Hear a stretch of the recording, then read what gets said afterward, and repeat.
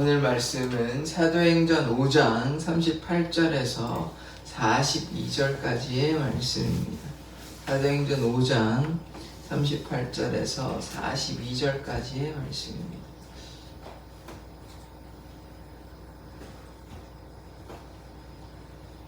(48절) 읽겠습니다. 이제 내가 너희에게 말하노니 이 사람들을 상관하지 말고 버려두라.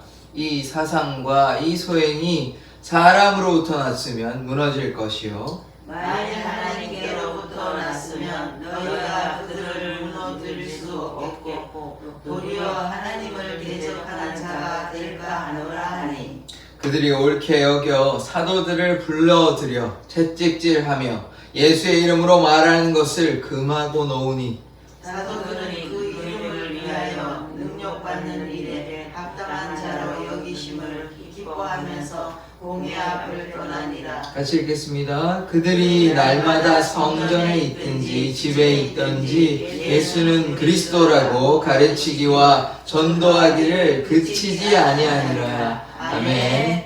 하나님, 우리가 하나님의 그 말씀을 따라 살아가기를 원합니다.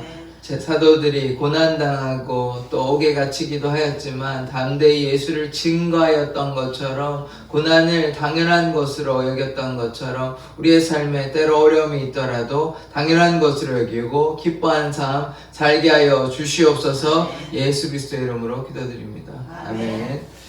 백성의 존경받는 자 이 가말리엘 바리새인입니다. 바리새인 율법학자고 이 사람이 이제 바울의 스승이기도 합니다. 이제 가말리엘의 문화에서 바울이 이제 그래서 이 사람이 어떠냐 하나님에 대해서 또 성경에 대해서 꽤 많은 지식을 가지고 있었기 때문에 또 그랬기 때문에 백성들의 지지를 받고 백성들의 존경을 받는 그런 사람이었습니다. 그러니까 한마디가 굉장히 큰 힘을 발휘하는 것이죠. 이 사람이 나와서서 이제 얘기를 하니까 이 상황이 좀 달라지는 것입니다. 이제 어제 말씀에는 어떤 상황이었냐면 이제 너무 이제 한 번 이제 신문을 당한 것도 아니고 한 번 갇힌 것도 아니고 계속해서 여러 번 두세 번 이렇게 걸쳐서 잡아가지고 예수 이름으로 가르치지도 말고 말하지도 마라 엄금했다고 이제 얘기하는데 그럼에도 불구하고 제자들이 그랬습니까? 아니요. 성전에 가서 계속해서 새벽에도 나가지고 옥에 풀리자마자 새벽에 가서 성전에 가르치고 이러니까 이제 뭐라고 얘기하냐면 없이 하고 잘세 제거하려고 이제 이들을 죽여버리려고 이제 말을 안 들으니까 예수를 이제 죽여버렸던 것처럼 이제 예수의 제자들도 죽여버리려고 이들이 이제 그렇게 이제 모여가지고 얘기를 하는 찰나에 지금 가말리엘이 나와가지고 이제 말리고 있는 좀 상황인 거죠. 뭐라고 얘기했냐면 이것이 하나님께로부터 나온 것이면 이들이 우리가 어떻게 하면 안 되고 사람에게부터 나온 것 아들은 망할 거다. 그래서 어제 제가 의인의 길은 인정하시나 악인의 길은 망할 것이다 망하리로다 이 얘기를 한 것 아닙니까? 그래서 이 참 어리석은 지도자들 중에서는 이 가말리엘은 그래도 참 현명한 사람인 것 같습니다.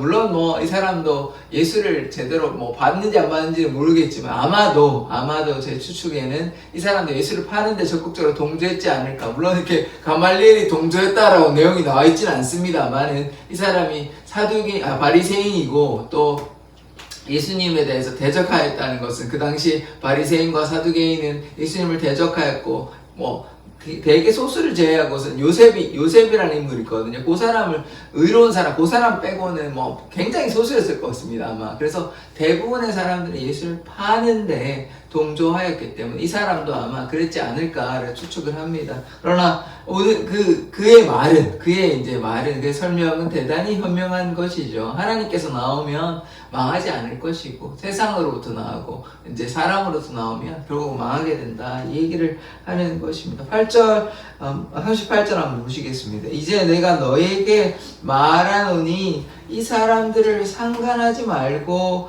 버려두라. 이 사상과 이 소행이 사람으로부터 났으면 무너질 것이요. 자 보십시오. 상관하지 말고 내버려 두라 라고 얘기하는 것입니다. 그래서 뒤에 뭐라고 얘기하냐면 이 사상과 이 소행이 이 생각과 이런 행동들이 사람으로부터 났으면 무너질 것이다. 이게 그러니까 하나님께로 나왔는 건지 사람으로 나왔는지 한번 살펴보자. 그래서 이게 어떻게 되는지 지켜보면 된다. 상관치 말라. 그냥 내버려 두라. 이렇게 얘기하고 있잖아요. 그래서 39절에 이렇게 얘기를 하는 것입니다. 이게 참 좋은 말씀인데요.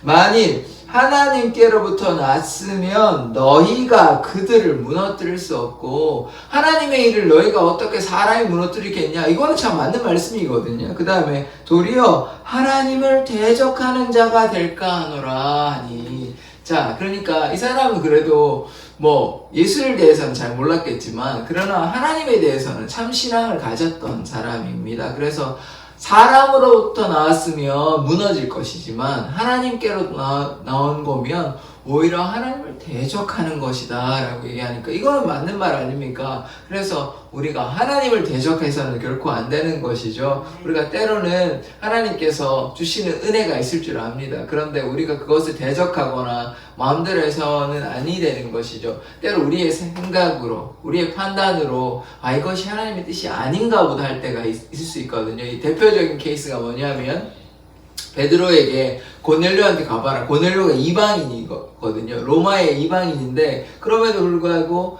고넬료한테 방문을 합니다. 고넬료한테 또 동일한 이렇게 메시지를 주셔가지고 서로 이렇게 만나게 되는 장면이 나오는데 그것이 사실은 이방인이기 때문에 이제 베드로가 그런 부담감을 안고 만나지 않으려고 했지만 하나님께서 왜 이렇게 하나님께서 정하다는 걸 속하다 이렇게 나쁘다 얘기하면 안 되는 것이거든요. 그래서 막 이상한 동물들 환상들 보여주시면서 보자기에 쌓인 동물들 보여주시거든요. 그래서 하나님께서 원하시는 대로 우리의 생각으로는 이게 더러운 거고 정결치 못한 것이고 이것이 하나님의 뜻이 맞는 것인가 우리가 생각할 수 있지만 그러나 베드로가 고넬료를 만나지 않았다면 또 다른 일들이 나타났을 거잖아요. 다 필요한 하나님의 뜻이 있기 때문에 우리의 생각으로 판단하는 것이 아니라 오늘 보시는 것처럼 이들이 생각하기에는 물론 하나님께 보시기에는 잘못된 것이고 온전한 것이 아니지만 이들이 생각하기에는 오히려 사도들을 잡는 것이 선하다 생각하였지만 그렇지 않은 것이죠. 하나님의 뜻은 오히려 이 사도들을 통하여 하나님의 뜻을 드러내고 그 예수를 드러내고 이런 것이 하나님의 뜻인데 이들이 성경을 읽어도 가말리엘 같은 경우는 대단히 율법학자이기 때문에 다른 말로 우리가 쉽게 이해하자면 성경학자인 것입니다. 그러니까 성경에 대해서 해박한 지식, 구약에 대해서 해박한 지식을 가지고 있었다 우리가 이렇게 이해한다면 그러면 메시아에 대해서 당연히 알고 있어야 되고 그러면 이런 여러 가지 것들을 다 알고 있어야 됨에도 불구하고 잘 이제 어리석은 부분도 있는 것이죠. 그러나 오늘 요 말씀은 참 맞는 말씀인 것입니다. 사람에게서 나오면 망하지만 무너뜨려지지만 하나님께로 나오면 우리가 대적할 수 없는 것이죠. 하나님을 대적하는 일이 되기 때문에 우리가 어리석은 행동을 하면 안 되는 것입니다. 그래서 날마다 하나님의 뜻이 무엇인지 우리가 살펴볼 필요가 있고 그것을 위해서 말씀을 읽어야 되고 기도해야 하는 것입니다. 우리가 하나님의 뜻을 그냥 가만히 그냥 기도만 한다고 해서 뭐 알 수 있는 일이 아니거든요. 그리고 우리가 말씀을 통해서 우리가 깨달아야 되는 것입니다. 말씀에 많은 말씀들이 있습니다. 그래서 때로는 이 말씀이 어떤 말씀인지 좀 공부해 보기도 하고 물어보기도 하고 이렇게 해서 하나님의 그 진리의 말씀대로 나가야 된다. 제가 좀 다른 말씀 하나 드리려고 그러면 예수님께서는 잘못하면 팔을 잘라버리라 이렇게 하거든요. 눈을 빼어버리라 이렇게 얘기하거든요. 그러니까 그 말씀 나왔을 때 그럼 우리 팔 자를 겁니까? 눈 뺄 겁니까? 그러니까 이게 강조의 표현이라는 것을 이해해야 되지 문자 그대로 받아야 이렇게 팔 잘라야 되고 눈 그러면 여기 성한 사람들 몇 사람 있겠습니까? 그러니까 제가 지금 이 얘기를 왜 하냐 그러니까 성경을 전체적인 맥락에서 우리가 나무도 봐야 되지만 숲도 봐야 되는 것이거든요. 그러면 뭐 다 잘라버리면 안 되는 것입니다. 그러니까 성경을 어떤 시각으로 봐야 되는 것인지 삼위일체에 관해서 말씀드렸을 때 성부 성령이 있지만 또 하나라는 얘기를 했잖아요. 그래서 어디를 기준으로 우리가 봐야 되는지 그 말씀에 대한 전체적인 시각을 바라봐야 되는데 이들은 율법학자임에도 불구하고 성경을 많이 읽었을 것입니다. 많이 깨달았을 것입니다. 그러니까 가르치기도 하고 하는 것이죠. 서기관 이런 사람들은 성경을 기록하는 사람들 아닙니까? 기록하고 이렇게 했는데도 불구하고 예수를 파는데 앞장섰던 사람들이니까. 그래서 제가 지금 무슨 말씀을 드리냐? 우리가 말씀을 제대로 알고 하나님의 뜻이 무엇인지 깨달아서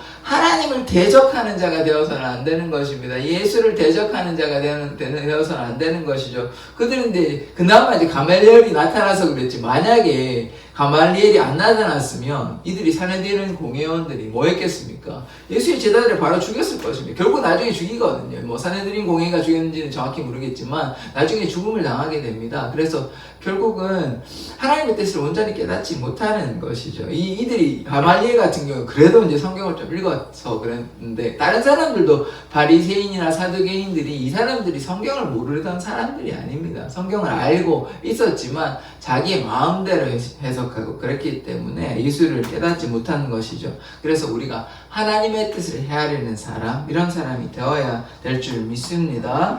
자, 그럼에도 불구하고 이제 40절에 보면 이렇게 합니다. 이제 막 그런 가멜리엘이 중재를 나서니까 이제 공회원들이 그들이 옳게 여겨 사도들을 불러들여 이제 없이 하고자 했는데, 없이 하고자 하니까 이제 내버려 두는 것이죠. 그래서 뭐 하냐면 채찍질하고 예수의 이름으로 말하는 것을 금하여 놓으니, 또 경고하고 협박하고 그냥 내버려 둡니다. 풀어주는 것입니다. 죽이지는 않습니다. 다행히 이제 가멜리엘이 중재를 해가지고. 그래서 사도들이 41절에 사도들은 그 이름을 위하여 능력받는 일에 합당한 자로 여기심을 기뻐하면서, 제가 이거 이틀 전인가요? 요런 말씀이 있다. 합당한 것을, 당연한 것으로 여긴다. 요 말씀이거든요. 보시면, 능력 받았잖아요. 지금 5개에도 갇혔잖아요. 지금 2번, 3번 갇혔거든요. 능력 받았음에도 불구하고, 그것을 어떻게 하냐? 기뻐한다. 능력 당하는 것을, 합당한 것을, 당연한 것으로 여기고, 기뻐한다 그랬습니다. 그러니까 지금, 다르게 얘기하면, 고난 당했어요. 힘들어요. 아파요. 그런데도, 좌절합니까? 아니요. 이것을 뭐라고 여기냐? 당연한 것으로 여기고 기뻐한다 합니다. 기뻐하는 것입니다. 그러니까 고난 당하는 것을 기뻐하는 것입니다. 이 사도들이 얼마나 이제 달라진 사람들입니까? 하나님을 향해서 자신의 모든 삶을 내어놓고, 오게 갇혀도 좋고, 또 사람들이 뭐라고 해도 좋고, 신문을 당해도 좋고, 뭐 죽인다 해도 좋고, 전혀 개의치 않은 것입니다. 그래서 능력 당하는 것을 합당한 것으로, 당연한 것으로 여기고 기뻐하는 것입니다. 이 말씀이 또 베드로 전서에 나오거든요. 한번 찾아보시겠습니다. 베드로 전서 3장 17절인데요. 같이 한번 찾아보시죠. 베드로 전서 3장 17절. 이 베드로가 이제 이런 이제 고백이 이제 이런 삶이 이제 나오는 것이죠. 베드로 전서 3장 17절의 말씀입니다. 다 찾으셨습니까? 자, 같이 한번 합독해 보도록 하겠습니다. 시작. 선을 행함으로 고난받는 것이 하나님의 뜻일진데 악을 행함으로 고난받는 것보다 나으니라. 자, 보십시오. 선을 행함으로 고난받는 것이 하나님의 뜻일진데 라고 얘기하고 있죠. 그러니까 지금 선을 행하는 거 아닙니까? 하나님의 나라와 영광을 위해서 자신의 모든 삶을 내어놓고, 잘못한 거 없어요, 사도들이. 그냥 예수를 증거한 것밖에 없습니다. 그건 잘못이 아니잖아요. 선을 행하고 지금 뭐 하고 있습니까? 고난당하고 있잖아요. 선을 행했지만 고난이 있다고요. 선을 행하고 고난당하는 것이 뭐라고 얘기하냐면 하나님의 뜻이랍니다. 예, 그러니까 우리의 삶에 고난이 없는 것이 아니라 선을 행할 때 때로, 항상 그렇진 않습니다. 항상 그렇진 않습니다. 그러나 때로 고난이 있습니다. 그 고난 당하는 것이 무엇이냐? 하나님의 뜻이랍니다. 그래서 하나님께서 우리의 길을 날마다 형통해 주신다, 이렇게 생각하시면 안 되고, 그럼 사도들은 하나님의 뜻을 향해서 믿음으로 나아갔는데 왜 고난이 있습니까? 그러니까 우리가 성경을 반쪽으로 이해하시면 안 됩니다. 하나님 믿으면 모든 문제가 해결되고 만사가 형통되고 복받고 그런 케이스도 있긴 합니다. 그러나 항상 그렇지는 않죠. 고난이 있습니다. 아브라함이 복을 받았지만 또 어려움도 있었습니다. 중간중간에. 그래서 그냥 복 받은 얘기만 하면 안 되고, 가장 큰 복은 무엇입니까? 천국 가서 영생 있는 게 복입니다. 이 땅에 잘 살아가는 게 복이라 그러면 부자가 잘 먹고 잘 살고 나중에도 천국 갔다, 이게 하면 제일 좋은 거죠. 그렇지 않다니까요. 가장 중요한 것은 영생을 누리는 것이고 구원받는 것입니다. 그러니까 여기에서 하나님의 나라를 위해서, 예수 그리스도를 위해서 헌신된 삶을 살아갔는데도 불구하고 거기에 뭐가 있다고 얘기합니까? 고난이 있대요. 고난이 있다는 게 그들이 잘못해서 고난당한 것도 아닙니다. 심지어 그들이 뭐 죄를 져가지고 가다가 막 새길로 새가지고 한 것도 아니고 정말 열심히 오로지 기도하고 하나님의 뜻을 구하고 예수를 온전히 따라갔음에도 불구하고 감옥에 갇히고 비난받고 조롱당하고 핍박당하는 것입니다. 그것이 하나님의 뜻이랍니다. 그러니까 우리의 인생도 마찬가지 아닙니까? 뭐 사도들에 비할 바는 아니지만 사도들은 목숨을 내놓고 심지어 자신의 죽었거든요. 예수 그리스도를 향해 죽었다고요. 우리는 뭐 아직 그 정도는 아니잖아요. 그런데도 우리의 삶에 좀 고난이 있을 수 있습니다. 역경이 있을 수 있습니다. 그렇지만 좌절하지 말고 낙심하지 말고, 왜냐하면 이것이 하나님의 뜻이라고 합니다. 그리고 하나님께서 이렇게 믿음으로 나아가면 어떻게 되냐? 상 주십니다. 갚아주신다는 것이죠. 그래서 우리가 믿음으로 하나님을 기뻐하고 하나님께서 살아계신 것과 하나님께서 계신 것과 그를 간절히 찾는 자에게 상 주시는 이심을 믿어야 한다고 얘기하지 않습니까? 그래서 이 사도들이 그 믿음의 상급을 향해, 표대를 향하여 예수 그리스도를 향해 믿음으로 나아갔을 때 하나님께서 이들의 삶과 함께하여 주시고, 그것이 하나님의 뜻이다. 선을 행할 때 고난당하는 것이 하나님의 뜻이다. 악을 행해가지고 벌받는 것은 당연한 거지만 선을 행할 때도 고난받는다. 이 고난받는 것이 고난받음으로 끝나는 것입니까? 아니요. 영생을 누릴 수 있습니다. 영생의 자격을 부여하시는 거죠. 구원하여 주시는 것이죠. 그래서 하나님께서 우리도 마찬가지로 예수 그리스도를 향해 믿음으로 나아가야 합니다. 세상 가운데서 때로 고난 당할 때 그때 좌절하면 안 되고, 이것이 하나님의 뜻이다. 또 하나님의 뜻인 뿐만 아니라 누가 지켜주십니까? 하나님의 영이, 성령께서 우리를 지켜주시고 보호하여 주십니다. 그냥 내버려 두시는 것이 아닙니다. 하나님께서 우리의 목자 되십니다. 여호와는 나의 목자십니다. 그러니까 내게 부족함이 없으리로다는 고백이 나오는 것입니다. 다윗이요, 그저 왕이 되지 않았습니다. 다윗이 정말 죽음의 고통도 여러 번 사울이 직접적으로 죽이기도 하고 수많은 전쟁에 나아갔거든요. 그래서 피도 많이 받고, 그래서 하나님의 성전을 짓지 못하는데 다윗의 삶을 보면 얼마나 고난이 많습니까? 그래도 좌절하지 아니하는 것입니다. 물론 울기도 하고 힘들어하기도 하고 고통을 표현하는 시편에 많은 얘기들도 있긴 하지만,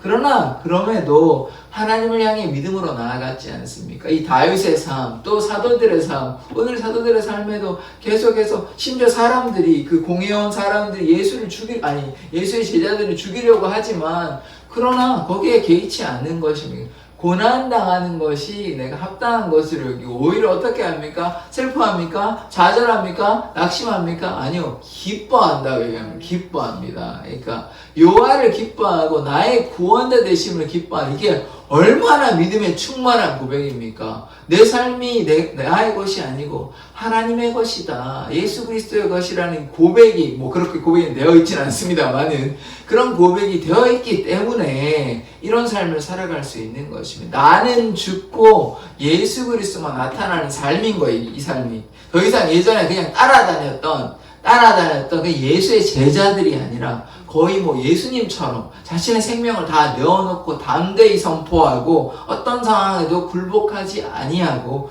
오직 예수님만 따라가는 삶. 이것이 예수만 드러나는 삶 아닙니까?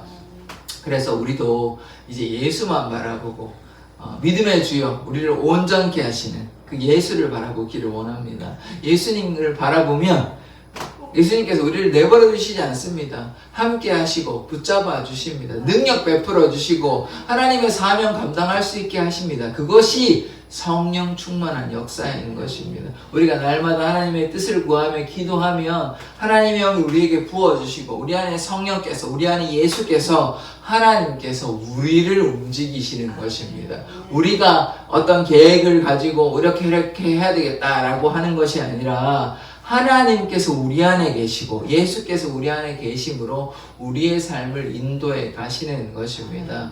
그래서 우리가 뭐 해야 됩니까? 기도하고 말씀 읽고 하나님께 순종하면 그 약속, 어제 약속을 지키시는 또 약속을 성취하시는 여호와 약속된 메시아가 오셨지 않습니까? 그래서 그 약속을 우리를 통해서 이루어 가시는 것입니다. 뭐 하면요? 하나님을 온전히 신뢰하기만 하면, 하나님께 순종하기만 하면 하나님께서는 우리에게 반드시 약속을 지키실 줄 믿습니다. 기도하시겠습니다. 하나님, 우리가 날마다 하나님을 의뢰하며 하나님을 신뢰하며 믿음으로 나아가는 자 되기를 원합니다. 때로 우리의 삶에 고난과 아픔과 고통이 있을 줄 믿습니다. 그러나 거기에 좌절하는 것이 아니라 고난당하는 것을 오히려 합당한 것으로 여기고, 또한 좌절하는 것이 아니라 슬퍼하는 것이 아니라 그것을 기뻐하는 자 되게 하여 주시옵소서. 고난당하는 것이 우리에게 오히려 유익이며 그 고난을 통해서 하나님의 놀라우신 사랑과 은혜를